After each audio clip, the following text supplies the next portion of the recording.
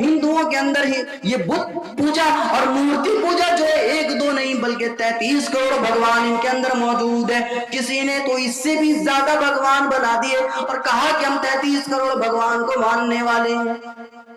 غور کرنے کی بات ہے ان چیزوں.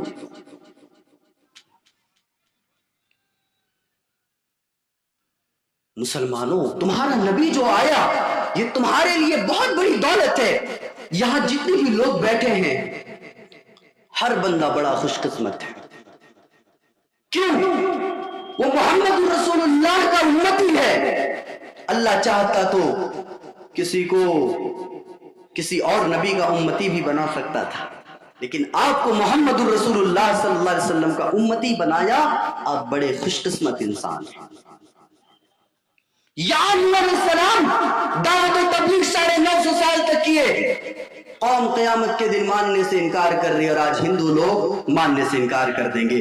بہرکیف قرآن کریم کے بارے میں بتا رہا تھا کہ قرآن کریم کے بارے میں وید ویاس جی نے کہا کہ وہی آخری کتاب ہے، اس کو مان لینا، وہی تمہاری کتاب ہے اور وہی تمہارے لیے جنت جانے کا ایک راستہ ہے.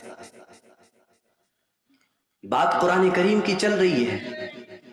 ایک اور چیز دیکھ لیتے ہیں. اعتراض کر سکتے ہیں لوگ کہ بھئی تم کیسے بتا سکتے ہو کہ وہ قرآن کا ہی ذکر کر رہے ہیں وید ویاس جی. سنیں، ویدوں کے اندر اور ایک چیز لکھا ہوا ہے.